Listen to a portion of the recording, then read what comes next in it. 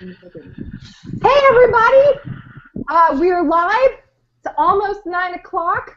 We hope that you are tweeting along with us, hashtag SPSM. I'm at Doc Foreman, and have we got a show for you? This evening, if you were following along on the Twitterverse or if you're watching us on YouTube, I want to first introduce the person who came up with this event. This is Atos84. Hello! Amelia, How are you? Yeah, can you tell us a little bit about yourself? I am Amelia Leto. I am from Metro Detroit, and I am a crisis/suicide interventionist working at a local crisis center. I'm very excited to be here and bringing everybody to the table to have an awesome discussion tonight. And Miss Amelia, can you tell everybody this, when we were doing project development this summer, this was your idea that we should do at the end of Suicide Prevention Month. Tell us a little bit about it. You know, I got pregnant with the idea and I held it for 9 months, and when I gave birth to it, I shared it with you. You took it and you spanked it on the bottom and you brought it to life. As I do so many things. You're a doctor, you're a specialist, you're a midwife. What? It's pretty amazing. So I'm bringing everybody together has been a really great opportunity, being on SPSM on Sunday night, learning and networking and growing, knowledge about suicide prevention and social media and how it can really bring a voice to a really important topic, and it can also be lighthearted and fun, but we are very passionate and serious about suicide prevention and talking to others and spreading awareness about a very close topic to my heart. Absolutely, and we're very passionate that we definitely do a roundtable where we talk about messaging from multiple points of view, like a rich perspective about messaging about suicide. And with that in mind, everybody, on the hashtag SPSM, we have a special guest for you guys tonight. This is Mr. J.D. It's Doctor, right? It is. Dr. J.D. Schramm of Stanford, correct? Yes. Everybody? Hello, everybody. Desiree, the hat's for you. It is. It is entirely for you, Desiree. So there we go. It's not a virtual hat. It's real. I can hide behind it. He doesn't go no fake hats. Legit. I was very excited when you showed up in the email feed as we were organizing the project for this week. Tell me a little bit about your connection with suicide, social media, and messaging. I was excited when you reached out to me and let me know that this group existed. This is my first time on the SPSM chat, and excited to see where it takes us. My connection to social media is I teach communication at Stanford's Business School. I teach reputation management, so I've begun to learn more about digital reputation and the way in which we can use social media to help communicate our message, be a part of a story. But at a more direct level, my relationship to the topic of suicide is from my own journey through addiction and depression, that I have struggled with suicide and shared that struggle in a TED Talk in 2011, and that's where many people have begun to see me talk about my story and share that story. And so I'm just a lucky layman who failed in a suicide attempt, and in putting my life back together realized that there wasn't a lot of resources for those of us who made the mistake and want to come back to the center of life. So I've tried to be an advocate for that in a small way. So if you were going to really encapsulate in a couple of sentences what you think we need to be doing about messaging about surviving suicide and embracing life, what would you say would be important for us to start saying? The biggest piece is what we're doing tonight, break the taboo. Those of us who are far enough away from an attempt that we can be public about it and are comfortable should do that, so that we pave the way for others and we make that possible. And those who know somebody that has made a suicide attempt and has survived, don't clam up and be silent. Like, talk to them, reach out to them, even if you say the wrong thing, it's better than saying nothing, in my opinion. And we just, on both sides of the equation, we need to drop the taboo and make it easy for people to have the conversation, as awkward as it is. You know, I'm going to just steal the camera for just a second because you were talking about something we mentioned last week. So we've been talking a lot about messaging for, you know, in various ways for temp survivors, and the reaction that our community has sort of ranges the gamut because, you know, Desiree Sage talked about it. She said it's a lot like when I was coming out as gay. So coming out as a suicide attempt survivor and coming out of the shame closet is its own special thing. And then the community started talking about, well, are there guidelines or are there scripts for what you need to say? And there were some opinions about that. Like some people had some sort of thoughts about sort of how you should disclose that you are a suicide attempt survivor. Others are the opinion that as more and more people do just disclose that it's going to be a lot like coming out of the closet now versus maybe 15 years ago, that there's just sort of a socially understood way that you might say that. What are your thoughts about how people might begin to come out of the shame closet and disclose?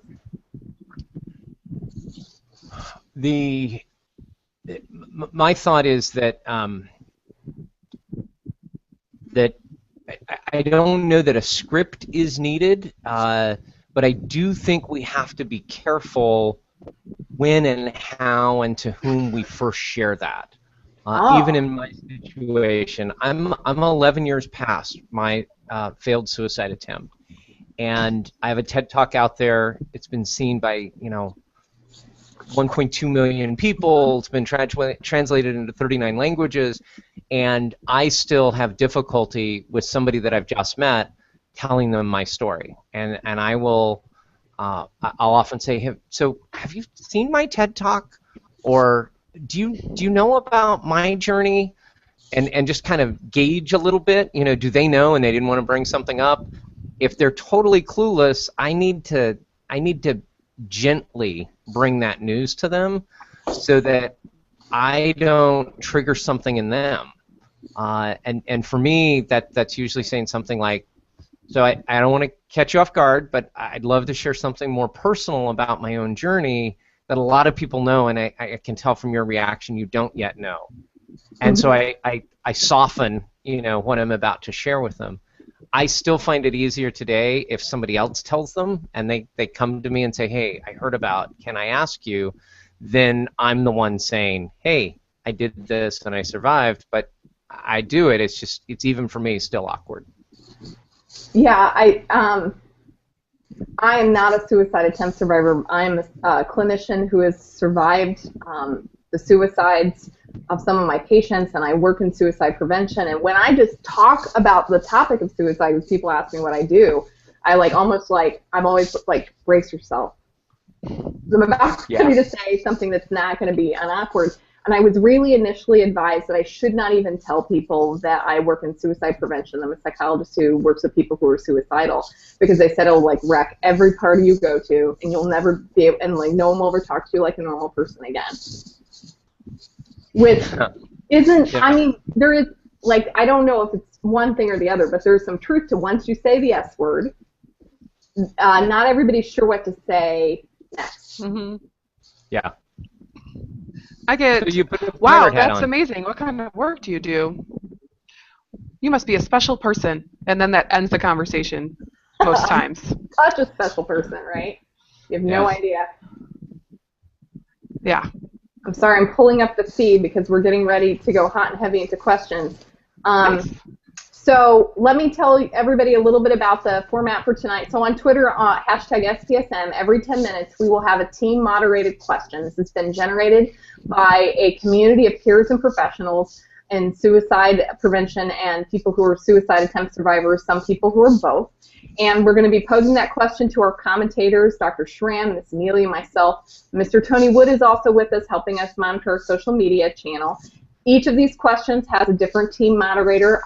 In the middle of all this, I'm going to try to be directing traffic on the live commentary, which means that I may look distracted and exciting. So I'm going to expect Amelia and Dr. Schramm to really carry the show. Are you in? You're in, JD. You're in. Yeah. We'll take turns on this one. We got it.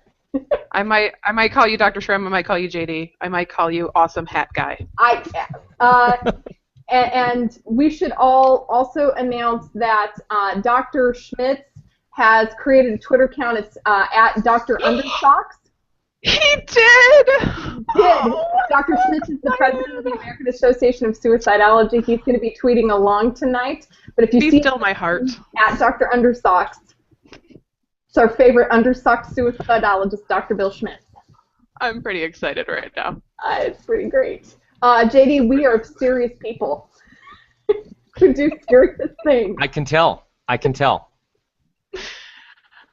Dr. Bill has to tell the story behind the undersocks now. We will do that on, and I'm waiting to see when the question's getting queued up. Oh, that's amazing. I apologize. My stream is going slow for obvious reasons. Amelia, you don't by any chance have a list of the questions, do you? I do have a list of the questions. Are we ready? Are we ready? Let's see. Hold on. Question one is up. Okay, so let's go ahead and let's announce the question on the YouTubes. Oh, Tony's got us. Question one, what social media suicide language issues need to be addressed? So when we're messaging about suicide, what language issues need to be addressed? Why and how? Well, I think the biggest one is the word commit when it's put together with suicide. Commit suicide, because you commit crimes, you commit sins, and it's also it has a negative connotation to it, or a judgmental connotation, a sinfulness, an illegalness. And I think part of that is still within people. You know, it's a shameful act, and the way they say, you know, well, my brother committed suicide, puts that negative spin on it. What do you think, Dr. Schramm? I'm glad you took the lead on the question, because I wasn't sure what to say, and that's an interesting perspective on commit. I have certainly moved to language that is took his life or made an attempt on taking his life. And it's not that I'm afraid of the word suicide. I just there was something about it, and maybe it was the commit suicide, commit a sin, you know, that I was struggling with. But in just the work that I've done and professionals that I've worked with have used the language, you know, took his life, took her life, made an attempt on her life. And so I've started adopting that, just not knowing why, but figuring they knew more than I did. I think, particularly in terms of social media, and we saw this a lot, unfortunately, around Robin Williams' death, I feel like the language was too vivid, too specific, and too sensational. And what I wanted to see more, I didn't follow a lot of the social media, I was following the traditional media, and I had to at one point just do a 3-day moratorium that I couldn't watch anymore of it until we were past. But what I wanted to see more was about you know, the sadness of the people left behind, and how hard this is on the folks who would have loved to have intervened, rather than a level of sensationalism or gory details, and the fighting for more details, and that hunger. I think we need to dial down, because that feels ghoulish to me, and doesn't serve the teenager who's struggling, that's watching it on the news that night. So let me chime in a little bit with what we're seeing on the feed right now. So we're getting a lot of commentary from a lot of folks with lived experience. They're saying that we really need to start using plain language, that they say that the way that a lot of we as professionals might clinicalize the way we talk about it. And so I might say died by suicide. I often will say suicided, like I'll just use suicide as a verb. But they're saying we need clear terms, we need plain terms, and if we clinicalize it too much, which is sort of the like it shouldn't be ghoulish, it shouldn't be clinical, but there should be a way of saying it as if it is a thing that happens. I saw Greg mentioned the successful suicide after somebody has died by suicide, or they failed their attempt because they lived through their suicide attempt. I think that's important. You know, it's not a successful suicide. It's never successful when somebody dies, especially by suicide when they were in so much pain, and it's never a failed attempt. They survived. That's an amazing opportunity. You know, they get a second chance at life, and maybe they experienced you know, some clarity or some realizations of what was important in their life, or you know, have a different outlook because of their attempt. You know, we've heard some people sharing, you know, their experiences where, you know, they jumped off a bridge, or you know, took pills, or some other ways that they attempted, and in that moment of in between life and death, they had that realization that they didn't want to die. They didn't want to feel the way they were feeling any longer. Yeah. I'm also wanting to get y'all's opinion, Sal.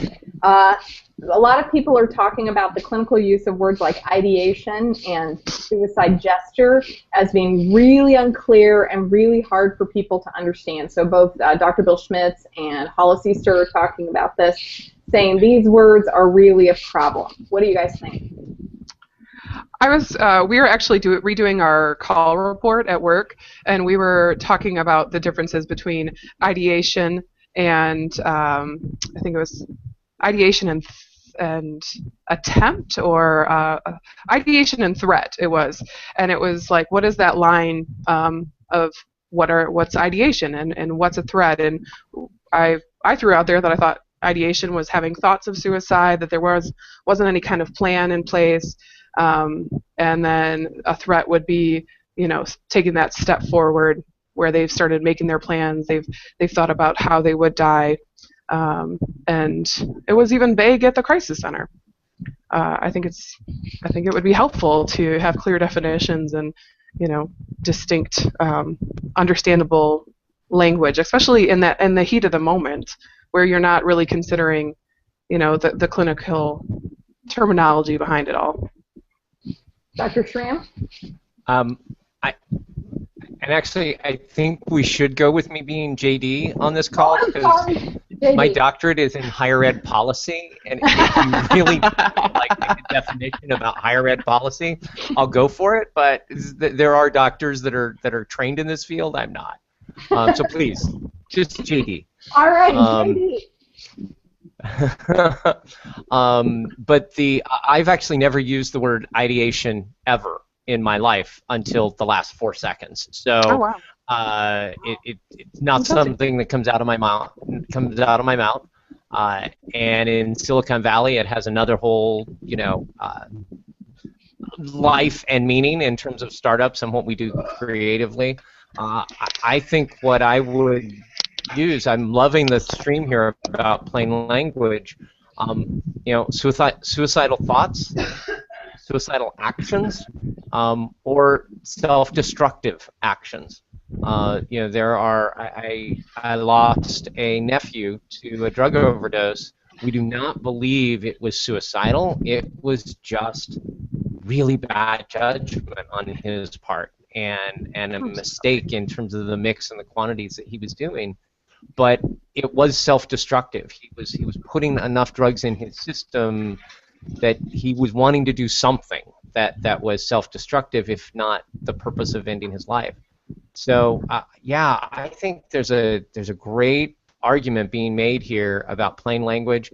I love what Linda Langford just said about successful and unsuccessful. Like, let's just drop that from how we describe suicide, and be committed to plain, simple language in this very important topic. And I don't know if it's about changing, you know, everybody's mind and the language that we use around it. You know, people are entitled to speak on, you know, what's comfortable to them, what they're familiar with, certainly. But the opportunity that we have with SPSM is this dialogue and getting the different perspectives and what people have heard and what people haven't, and, you know, maybe changing, you know, the ideals of talking about suicide. and we're winding down with that question and getting ready for the next. This is very intense. So now it is time for, many of you remember, the bowl of interesting questions. I would like to point out that I don't know what I'm going to draw. JD does not know. Amelia does not know. Things could happen. There is Ready Whip. I don't make any guarantees. So you say there's Ready Whip? Did you miss the last one, Amelia? Okay. I guess I missed that spot. So just a little peek into your personal lives. What music is on your iTunes or your playlist, if you don't like the Apple, that no one would guess or believe you have? Ooh, that's a good one. I don't know. I'm pretty weird, so I don't think anybody would be surprised with anything that I have. Although, one of my favorite songs to rap along with is California Love by Tupac, so there's that. It goes way back into my teenage years where I was given a script on my rides home from Panera by the person that was driving me, and I was Tupac and he was Dr. Dre, and I had to learn those lines, or he would not give me a ride home.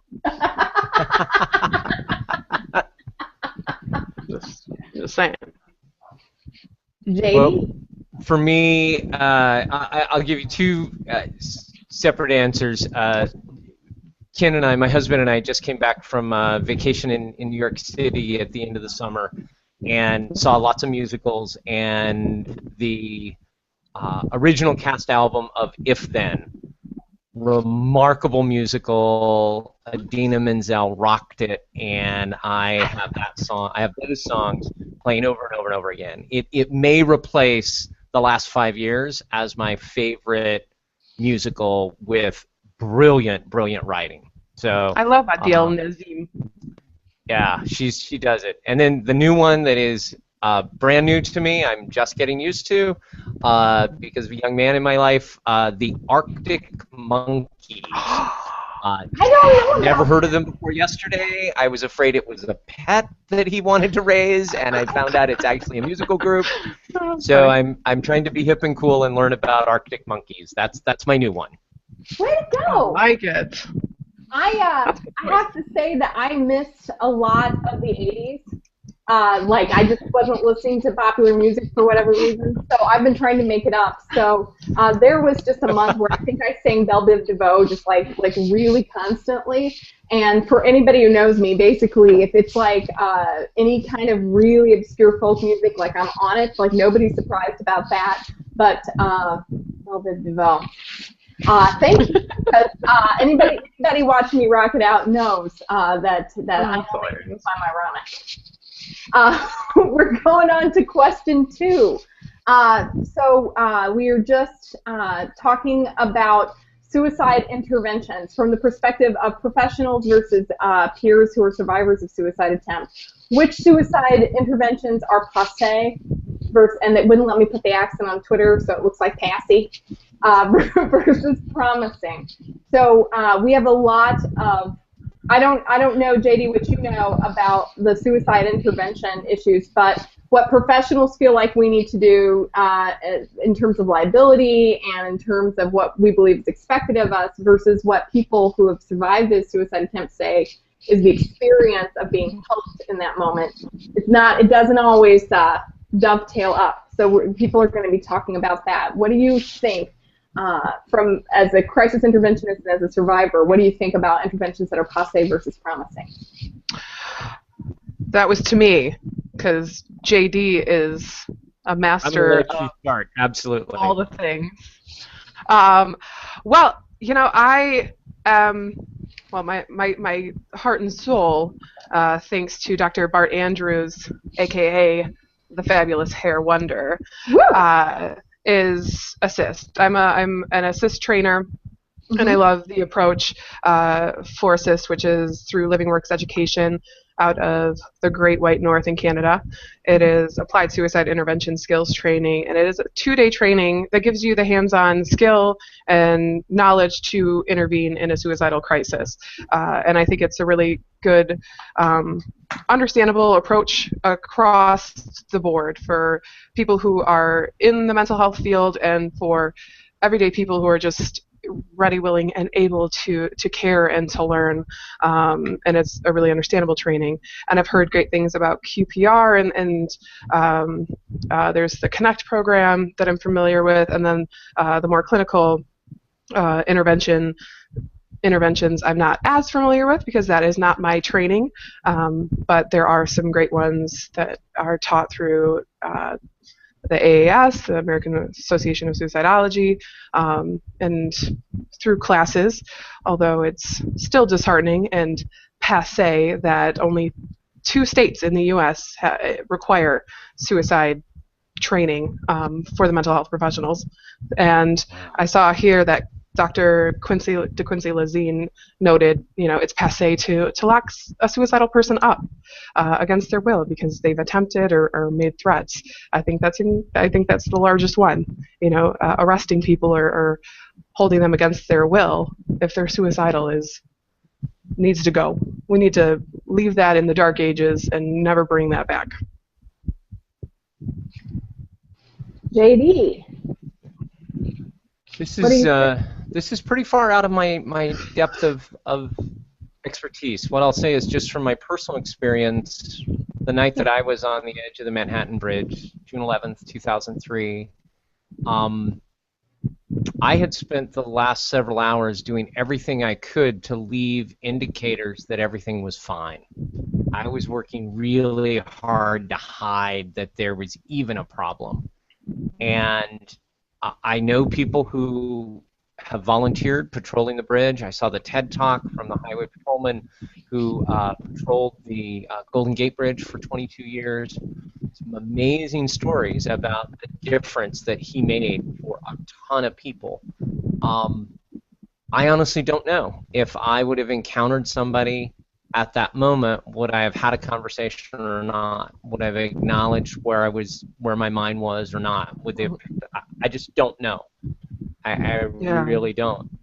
I applaud the efforts that are happening, and I think even efforts that don't completely succeed, but they break us out of our silence, do something. And so, the whether it's the It Gets Better campaign, whether it's the the fact that we have this Sunday night gathering and this social media, the fact that we are demystifying and taking the taboo away from the word suicide, I think is all helping dial down the mystery of it and the likelihood of it. But beyond that, I appreciate the expertise that you shared already, because I'm not familiar with those programs and probably should be. I'm seeing a lot of wonderful commentary in the Twitter feed, and I'm not going to cry because I'm not a crier, Bill. So one of the things that people are saying is they almost don't care what the intervention is, that you could do a lot of things, but that if you're treated with compassion and respect, that's what matters. So it's not the intervention, it's how the intervention is used. Yeah. Because there are mental health workers like following the rules who are not feeling compassionate and respectful at that minute. One of the suggestions, and we've talked about this on the SPSM chat from time to time, is that there really needs to be mental health urgent care, that there really needs to be a clinic that you can walk in without an appointment 24/7 where someone has the time to talk to you. I mean, currently the state of mental health care is a 50-minute appointment that you schedule, and I've got to get home. Well, I've got to write up notes, fill out insurance forms, and I've got to get home. And lethal mental anguish doesn't work like that. And so we should really adapt to have mental health urgent care that's available, and it's not an emergency room, because an emergency room doesn't work like that either. Yeah. It's also very expensive. So one of the things that happens to a lot of my patients is they end up in an emergency room with a $4,000 or $5,000 bill. that could have been, and not really effective treatment, just they're not dead. They've kept them alive for a day or two and sent them home, and they've been locked down or whatever and sent home. Well, it didn't really solve the problem, and they may have missed work, and there's a massive bill, and if you were already overwhelmed by life, that'll really be a cherry on top. And so we need something like that. Some of the negatives that we're hearing are calling the cops on people when they're talking about being suicidal, not necessarily being an imminent risk, but having thoughts about suicide, just deeply depressed. And someone very astutely mentioned that it's really a sad state when the police are one of our main providers of crisis mental health care. What are your thoughts about these? Well, I saw some chatter about peers, and at the center that I work at, we have peer supports on staff, those that have been through the mental health system, those that still live with mental health crises or experience their symptoms, and they're there for others to help them and to share their experience. And we've seen great success, connecting with those that are in mental health crises, with those that have been through it. And, I know I relate to somebody better about most anything in life if they've been through it. I value their opinion more, and I can relate to them more and say, okay, well, that worked for you. I can see point A and point B working for me, but maybe I wouldn't agree with point C. But you've been there, you understand, you know what I'm feeling, you know what I'm going through. Thank you so much for sharing that with me and just supporting me through this time. I think that is really important. I believe that mental health should embrace peers and be inclusive into treatments and interventions, and certainly before the crises happen, bring it back to the community at large, whether it be through their family support system, their friend support system, or just, who they interact with. And hopefully, if they don't interact, that somebody in their life will reach out to them and say, I'm concerned about you, you're not acting yourself, or you're withdrawing or isolating yourself, let's talk about that. And it really does start at the home base. That if the doctors aren't in the room, how are we going to get them there? Yeah. You're doing a wonderful job. JD, did you have a comment? We're moving on to question 3, but let's not leave anything out. No, I actually, watching the Twitter stream, that was the next question takes us directly there, and that is the power of peers and the power of family members. I really think some of our best advocates for mental health are the lucky lay people like myself, to be able to say, hey, let's take a walk, let's grab a coffee, and I think that I've seen some remarkable things, particularly with my work on college campuses, where RAs are trained, where peer educators are trained, where there is this sense of embrace from people who don't know anything more than to listen, not judge, and get somebody in the hands of somebody who can help them.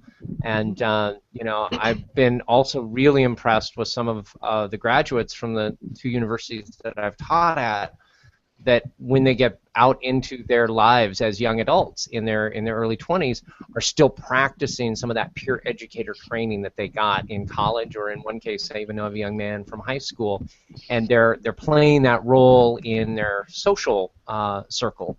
And I just think that's crucial, that there be a comfort level around that, and so that would be the one piece, and it tees up nicely with the next place we were headed.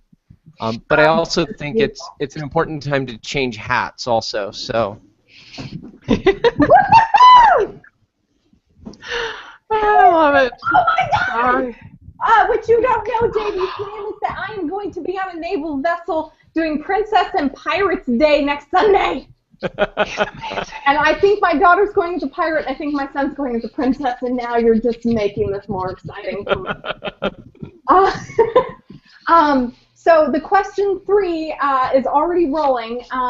Regarding community engagement, what group should we target? When we're doing social media messaging, who in the community do we need to be engaging? Because I think we do a great job of talking to the choir. We've been talking to ourselves for 50 years.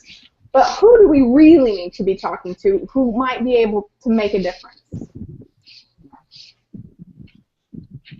JD, you got this? You know, Ted? It feels naive to say almost anyone, but I think we do need to look at a pretty wide swath. The one place that I haven't seen as much education and focus on this has been in the athletic arena. Looking at coaches, little league coaches, volunteer coaches, in community programs, they're able to interact with so many youth, and sometimes the pressure there is more about the victory and not as much about the individual. Not completely across the board. There's some great programs that are out there, but that's one place in particular that what I have seen so far hasn't included this sort of conversation about the pressure that some of our young athletes can be under, especially some of our really gifted athletes that place so much pressure on themselves. And you don't know this, but we had people from the NFL at our conference this April who were major plenary speakers. So you and the leaders in the American Association of Suicidology are on the same page with that thought. That was really interesting presentation last year too. I loved it. I think you're spot on with that, and I think some locally I had a reporter reach out after we lost some young athletes to suicide, and it wasn't something that's brought up. It's not something that many of the coaches are comfortable with because they're practicing in what they're doing, with whether it be baseball or football or soccer or swimming. We've had many young lives lost, and it is striving to be the best, the winner of the team, and the go get 'em perfectionist kind of attitude. That's a lot of stress to put on a young person, and especially our young people who they're reactive. There's not, naturally it's a state of looking and searching for acceptance, and you're a risk to yourself. There's so many emotions and feelings, and I remember being a teenager, and you make rash decisions without having the perspective of getting through this first maybe big crisis in their life. And I think the coaches that are in their lives could really do a lot of service by talking about the whole picture. I think all the people need to talk about suicide and mental health overall, but the key targets are important and valuable, and that's where we get the broader reach. And I think of people who are major influencers of public health policy, because suicide is the 10th leading cause of death. More people die by suicide than traffic accidents, swine flu, and HIV combined. It is a really serious issue. It doesn't get the attention that its level of lethality merits. So I want to talk to policymakers. I want to talk to people who fund research. I want to talk to the people who put up the billboards. I want to talk to all those influencers of public health that are the same people that we target hand washing campaigns, seatbelt campaigns, that we target community awareness. JD, you mentioned RAs. I was an RA in college. It was literally the best job I've ever had, and it's the only job I sobbed when I had to graduate and have a grown-up job. It was an awesome job, and we did have people who were suicidal who were in our community. So that was definitely an intervention that I had to do live, and that was it was my first time doing suicide prevention was in that role, and we have a lot of people doing that that really are those. It's the influencers or the nodes in our community that they're the person that everybody knows is going to take care of you, know the right thing to do, the person who's trustworthy to listen, who they believe that you are the kind of person that will be competent to be non-judgmental and get them to help regardless of the issue. Right? Yeah. And so, these are the people we're looking for, as well as people who have major influence over public health, because, we need you. If you are watching, or if someone can get this link to somebody who can make a difference in public health policy, would you do that? We really need to do something about this. I mean, I'm all for helping ALS and the Ice Bucket Challenge. I'm all for making sure that we don't have disease contagion and swine flu. I spent a lot of time talking with the colleagues about that response this morning. All of these things are important, but suicide is a 10th leading cause of death, and it deserves public health attention. Mm-hmm. We're going to be ready for question 4, but before we get there, one more time, folks, before the evening gets too late, full of interesting questions. Here we go. I think we need a bowl of potato chips also. Oh my god. That'd be great. I can't have the carbs because of my arthritis, and I might. You text that husband right now. Get him to get you a bowl of chips. Oh. He can get you hats. If you were in no Kung Fu movie watchers? I'm sorry, I missed you. Ask you. What did you say? If you were in a Kung Fu movie, what would be your secret death punch? No Kung Fu movie watchers? No Crouching Tiger? Hidden Dragon? I don't know.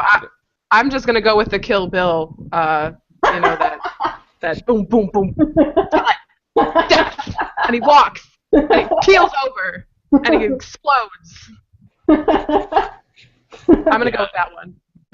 I got nothing. I got nothing. My secret move would be running away quickly. That's it. That's all I got. The chatterbox of death. That would be me. Gnaw your ear off. I have a secret love of Kung Fu movies, like every once in a while, and I like not good at remembering the names or the plots or anything. It's just if one comes on, it's over. And then like I'm calling my children and I'm like, you just have to see this. And they're like, Mom, we don't even understand what's going on. And I'm like, this is the best thing ever. It makes no sense. They're flying through the air. You don't have to know. There's a rivalry. Someone's going to hit somebody else. They're going to be robed. Just be happy. A sword may come out. It's like why my husband watches westerns. So you're like, because I love westerns. The Kung Fu is sort of the Eastern Western. Me and Mr. Foreman are going to get along. All right, question 4. Peers and professionals. To fully integrate peers and professionals in suicide prevention, what issues do we need to work on? Level the playing field. We're all playing in the sandbox together. You know, we all are experts in different areas of our lives, and those with lived experience, those that have, and lived experience, I think, is not a generally understood term. I was confused, and I was like, I have lived experience. I've got lots of lived experience. Let's start from the day I was born. But I've had, I lost a loved one to suicide. I had suicidal ideation myself. I had thoughts of suicide after I lost my best friend, and I went through treatment. I talked with my friends. I talked with those in treatment, my peers at that point, and I think we need to talk to all the people and bring it all together. I like all the people. All the people. Let's play nicely. We have our specific expertise, and it's important that we are valued and accepted and compensated for what we're experienced in and do very well. And it's also important that we value those with lived experience that bring a lot to the table and give a different perspective and can bring others of lived experience and others that may not have ordinarily reached out for help. It's easier to talk to somebody who is your peer. We've seen that especially in our youth. JD brought teenagers up. We've seen they talk to each other. Mm-hmm. They talk to somebody who knows what's going on. And when that, I'm hip. They talk to you because you put pirates hats on and you're down with the kids and you make awesome s'mores and have fun clapping games in your backyard. You missed that. That was last weekend, JD. Sorry. I like to Facebook stalk. I looked up you earlier, JD. We know things about you now. It's too late. You're welcome. JD, what are your thoughts about integrating clinicians and people who are suicide attempt survivors? Yeah, I think making it easy for the attempt survivors to tell their story and share their story in a way that, again, is not sensationalized, but lets them share their journey so that people can dial down the emotion around it and get to the way in which to help people by listening. I think that would be useful. And I also think, and actually staying on that point for just a moment, I get a lot of invitations to speak or to be in a film or to go on a TV show or do different things, and I say no to a lot of them just because I don't feel the positioning is going to further the conversation, is going to set up the dialogue. I got some calls right after Robin Williams' death to go on national TV and share my story, but they were going for the sensationalism, and I was like, yeah, I don't think that's my forum. I don't think that's where I need to be to help things. But in a smaller setting, anyone who comes into my office, anyone who emails me, I figure out a way. I do my level best to make time to listen and to have that conversation. So I think that's useful. And the other thing I wrote down is to celebrate our successes. And these aren't, when you're working together to ensure that something bad doesn't happen, it's hard to measure that something bad didn't happen. We can look globally at statistics, and are the statistics going down or going up? But on an individual level, we don't know the difference we made. But we can talk about the positive things we did. At the end of the week, how many walks have I taken with students? That's one of my favorite ways to do office hours, is to go for a walk. How many walks did I do? How many coffee dates did I do? How many athletic events did I go see my students perform in? Like, all of those steps are useful steps that I can measure. And even if I don't know, did I prevent a suicide this week by any, I can't measure that. But I can pay attention to the positive things that I do. And if we can get the peers and the professionals measuring, celebrating the successes we have where we're connecting people, that's awesome. So I'm watching this feed, and everyone, this is very moving. I didn't get potato chips, but I did get a Diet Coke. He's great. You're after April's heart. I married well. I have like Coke. I have like the Diet Coke OPI nail polish. Like I have Coke Zero nail polish. She's got a thing. I do. So we're talking a lot about integration, and there is a real, there is an unspoken sort of undercurrent of, if I'm a professional and you are a peer, are we working together because I want to look nice to invite you to the table? But I'm really secretly like, oh, you're a crazy person, so you can't work with me, or I have to be careful what I say. We had a real issue when we started SPSM Chat that I had to make a really very serious ground rule, and we don't have to worry about it the same as when we started, which is we couldn't patient-ize and fragilize chat members, that if someone was coming to the chat who was a suicide attempt survivor, that we weren't going to, that the clinicians couldn't treat them like patients, that they just had to treat them like members of the conversation. Yeah. And that's really challenging when academics work very hard and clinicians work very hard to have their own jargon and their own language, their own standards for interacting, that they use to size up who they can do a project with, who can contribute, and who gets taken seriously. And then we bring peers who are working very hard on speaking in plain language, on being approachable and accessible, on demystifying what's happening, and making it, and we're not grading people on who we can do projects with or have names on papers with. And so there could be, I think, if it's not handled well, a fundamental mismatch in how people are going about the networking or going about the collaboration. And so it would be like developing a standard of, like, if you're at the suicide prevention table, here's how we're all going to be. And, you know, for social media, and for me in particular for this conversation that we have every week, it is if you show up at the table, you're at the table, and every seat is a seat.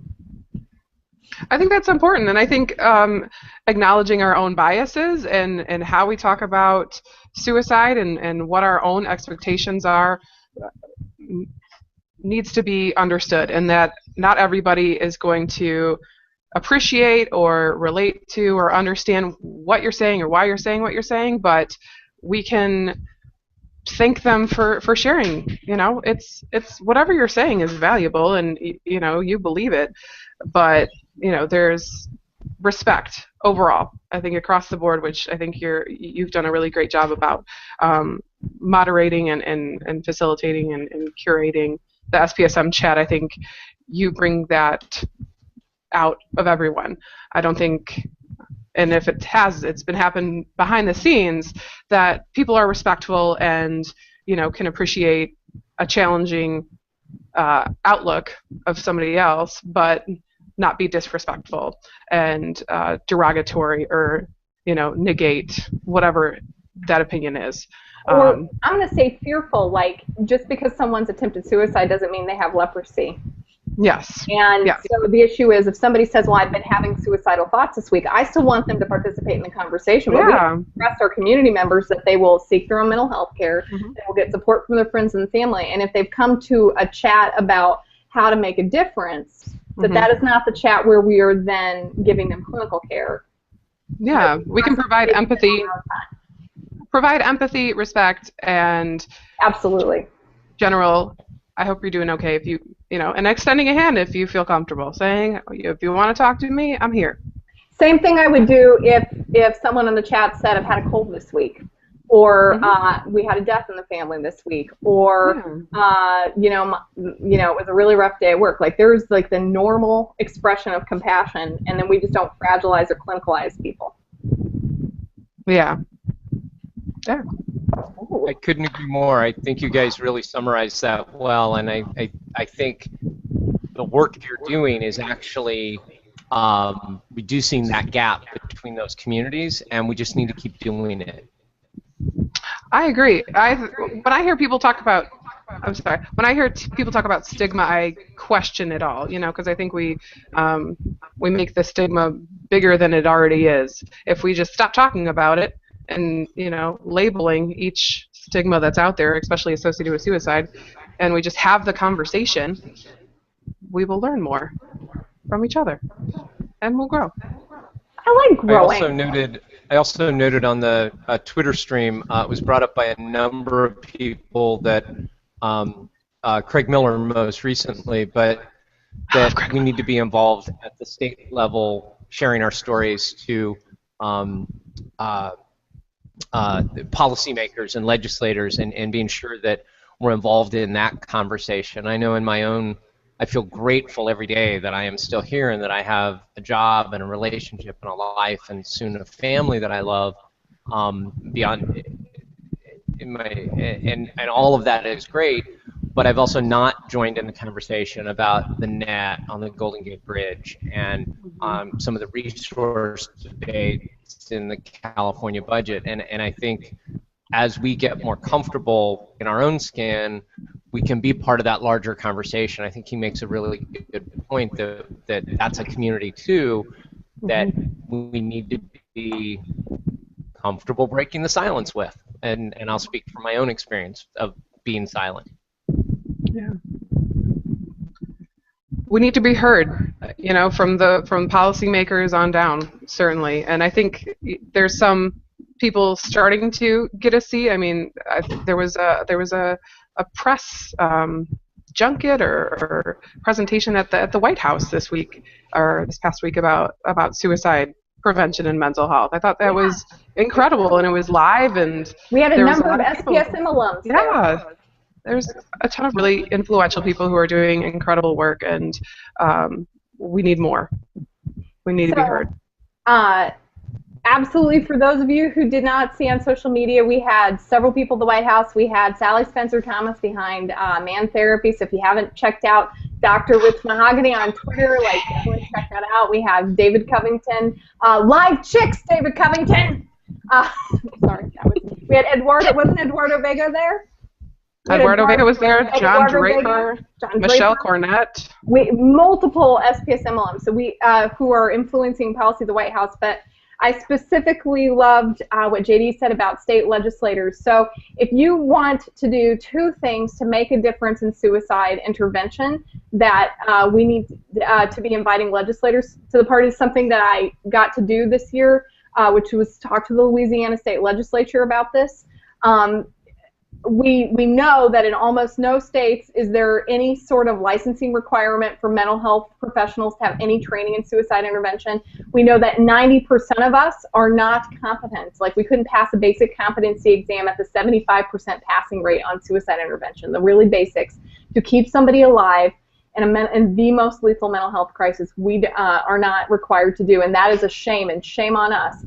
And if we as a mental health community were going to fix this, there would not be opposition when somebody tried to regulate this. But our licensing boards and regulatory boards have a lot of anxiety about that, and it will really very likely require state legislations to intercede in some respects. If you wanted to have nets at the Golden Gate Bridge, means restriction of various sorts in your community, the state legislators and your community legislators and councilmen and things like that, these are the people that we need to have to approach, because our community members do know how to do this, but most of them, almost none of them, are aware of the public health issue. And I can go, and Dr. Bill Schmitz and I did, and we were there with Senator Nevers, and we were there at the state legislature and saying this is an important issue. But what we had a hard time doing was getting a bunch of person with lived experience of suicide attempt to say, this is serious. This is a serious public health issue, and if it can catch me, it can catch you too, it can catch someone that you love. This is not a character issue, this is a health issue. And here's how we, just like any other public health issue, it requires public action. And I would love for them to be at the table, because they could require our healthcare system to be better organized to respond to this in a way we're not going to, healthcare system isn't really incentivized to do on its own. Yeah. Ooh. Other comments, or did I just like silence the house? I think you summarized that very nicely. I love it. So we're winding down the chat. We have 4 minutes left. We're doing these final thoughts. Want to let you know that if you go to our account at SPSM Chat, we're going to have the curation of tonight's chat along with the link to the video. Kara Anna, who pitched in at the last minute. We have Quincy Levine, we have Craig Miller, we have Hollis Easter, we have P.F. Anderson, Dr. Undersocks, Desiree, Dr. Quincy Levine Quicks. We have Jennifer Battle at Battle for Justice. I love that is her name, and she is so cool. We have Ursula Whiteside, who is just one of our tireless people. Please do not forget to go to our blog that announces these chats each week and reviews our topics. It's spsmchat.com. And then also, you'll notice we've got new graphics, and we have a Facebook page, and we're getting our act together. So please do friend us and like our page so that you can be invited to these topics that matter. We have Mike Sevilla, who has been here. Also, please do check out, we tweeted out JD Schramm's TED Talk. Let's make it 1.2 million and 14 viewers. And Amelia Leto, where should we find you? I know we can find you at LinkedIn. I know that you're working for Common Ground, but if we just wanted to find you, you're at Atos84. Where else online? If you're like me, you Google everyone. You can Google me and find some blogs I've done recently on my story, and some interviews I've done, and my probably thousands of pictures of my children, because I post them on the internet, and they're hilarious. And Amelia is engaged in suicide prevention just all the time. You have some wonderful posts on Facebook talking about when someone is talking about suicide, often as part of a relationship dysfunction, like things that you can do that are still responsible without getting caught. It's great if you go on Facebook to find it. And then Dr. J.D. Schramm, I'm going to say doctor anyway because I like to. It's fancy. I worked hard for that, yes. You worked hard for it in 1978. 1998. We're gonna make him young and pretty. He's young. He's 29. We were having that conversation before you came. Dr. Surrey, can you tell us where we can find you online and some of the content you'd like to direct people to? Yes. Well, I am honored with the TED Talk that they put it up there, that they have built great resources around it, and they've also had a number of other talks that have come up, and so I think that's a great resource. I'm best reached if people want to email me just directly, jschramm@stanford.edu, and I'm glad to point people to other things I've written, other things that are out there, and I continue to look for other ways that my story can be helpful to other people. And and we can comment, like if we go to your TED Talk, we can actually comment, correct? And have conversations about the things that you're saying about the content, correct? Exactly. So this is what we mean about suicide prevention social media. So you do this one TED Talk, but it's scalably shareable and interactable, and we encourage people to go to Dr. Schramm's TED Talk. We'll tweet out the link to it. We'll include it on the curation. If you are a suicide attempt survivor and you want to share your story, that may be a really good place where people are looking to talk about the power of sharing that story. Yeah. And we, go ahead. Go ahead. You were saying? Oh, must have missed it. So everybody, it's the end of the hour. Thank you for joining us live. We're going into October. We've got a great lineup. Everybody say bye-bye to @ATOES84. Thank you. Check me on Twitter. Woohoo! And everybody say bye to Mr. JD. Woohoo! Thank you. I'm Mr. JD, famous YouTuber, TED Talk guy. And a big, big thanks, even though he has been our silent partner, to @Tony Wood, who is the technology foundation of what we do and who keeps us rolling. Thank you for all of your assistance, Tony, during our chat today. Thanks to JD's husband for the hats. Thanks to Coach Charlotte, P.F. Anderson, and all my pals at Hicksum who have been so supportive of the SPSM project. And thank you to Potato Chips. And everybody have a good evening.